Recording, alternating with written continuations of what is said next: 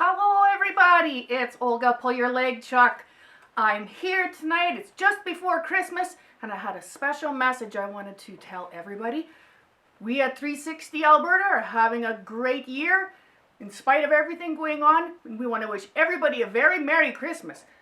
But I have a special treat. I'm going to be reading a story, Twas the Night Before Christmas. Sit back and enjoy.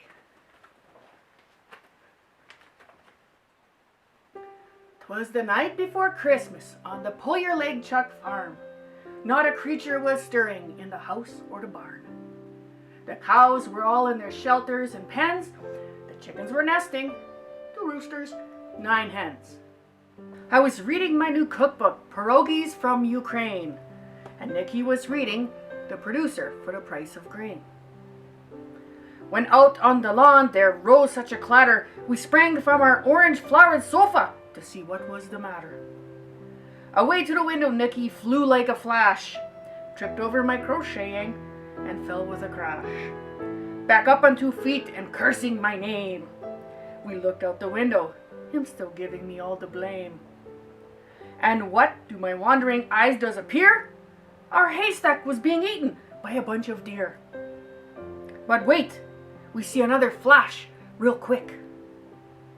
And we knew right away it must be Uncle Pete, 'cause he always drives with his lights on high, you know. Anyways, more rapid than gunfire, his curses they came. Get out of my hay now! He called them by name. Out Dasher, out Dancer, out Prancer and Vixen, out Comet, out Cupid, and Donner and Blitzen. Leave that hay alone, it's for the cows and not you. Get out of it now, or you'll go in the stew. Then in a flash it seemed they took to fly, and as they left the stack and took to the sky. Up higher and higher they flew, away from the hay, and Uncle Pete too. And then we could see them land on the barn. Oh, it wasn't looking good for the farm.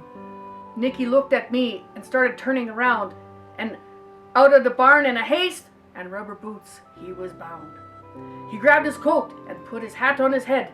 I could tell he was mad. His face was all red. Either that or he had too much vodka that day.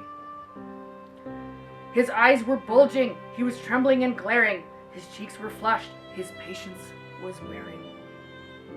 I'm starting to lean towards the too much vodka. Anyhow, he had drool on his lips, his mouth drawn tight. He wanted those deer off his barn that night. He had a big coil of kielbasa and was gritting his teeth. He tied it up into a big Christmas wreath. Oh no, just a minute, that's not right. Wait a minute. Oh, here it is. He had a big coil of rope and was gritting his teeth. And I knew Santa's deer were in for some grief. He had a mat on, and when he gets riled, his gun shooting can get kind of wild.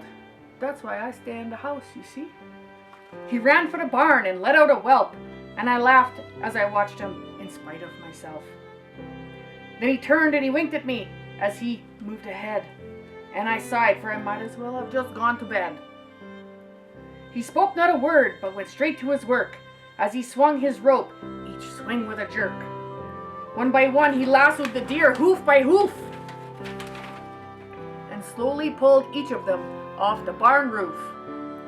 He led them back to the sleigh and said to St. Nick, "That wasn't funny.